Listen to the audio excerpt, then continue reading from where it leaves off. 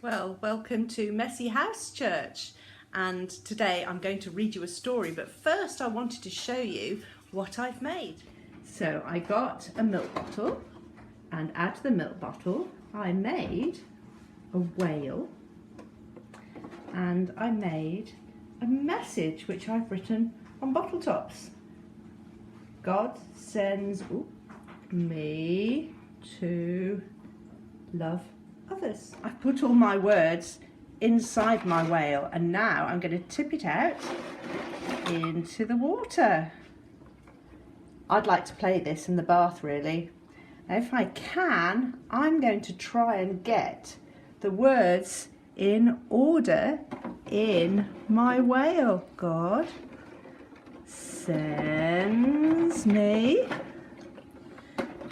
to love. Oh, I better start again.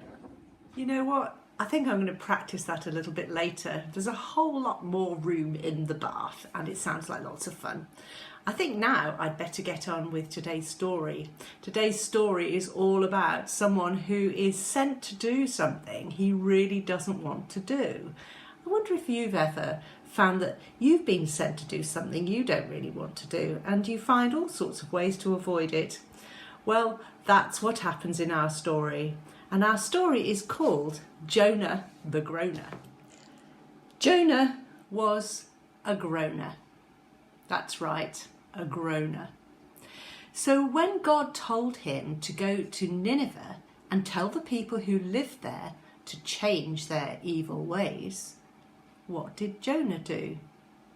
Jonah groaned. Not Nineveh, he groaned. Anywhere but Nineveh. The people who live there are our enemies. And when he had stopped groaning, Jonah bought himself a ticket. A ticket for a boat ride that would take him far away from Nineveh. God listened to Jonah groan. God watched him buy his ticket, but God still wanted him to go to Nineveh. So when the boat reached the deepest part of the sea, God sent a storm. God help us, cried a sailor. We're sinking. God save us, cried another. We're tipping over. God must be very angry, cried the captain with someone on board. And what did Jonah do? He groaned. It's me, Jonah groaned. I'm the one God's angry with. He told me to go to Nineveh, and here I am, sailing in the opposite direction. Throw me into the sea, and your troubles will be over. God forgive us, cried the sailors as they tossed Jonah into the water. And almost at once the sea grew calm. Oh dear, Jonah groaned. I'm sinking. Oh no, Jonah groaned. I'm going to drown. Oh my, Jonah groaned. That's the biggest fish I have ever seen. And before he could groan another groan, the fish opened its mouth and swallowed Jonah up.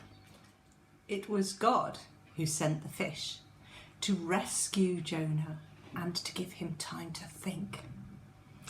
He had plenty to groan about though. The fish's slimy stomach, the seaweed and the smell. But Jonah was still alive, and that was something to cheer about. So Jonah stopped his groaning and he prayed a prayer. I was sinking, Lord.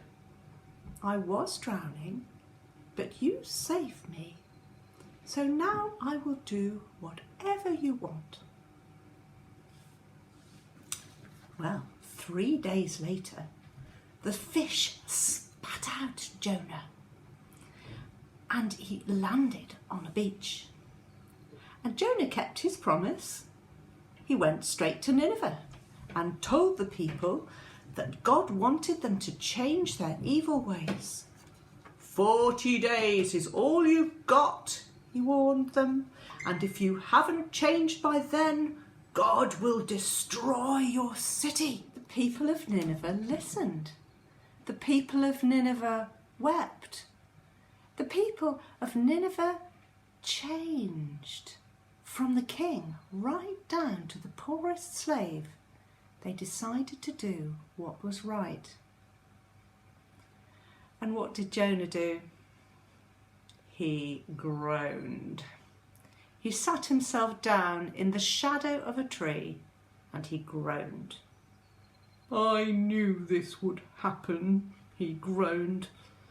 You are a loving God who loves to forgive. But I still don't like the people of Nineveh, and I wish they had been destroyed. Jonah fell asleep, groaning. And during the night, God sent a worm to kill the tree. When Jonah awoke, he groaned more than ever. The tree is dead, he groaned, and now I have no shade. Oh, Jonah, God sighed. You cry about this tree, but you care nothing for the people of Nineveh. I want you to love them like I do. And finally, God added, I want you to stop your groaning. So that's the story of Jonah the groaner. And now there's plenty for you to do. You can enjoy the song, which is on YouTube.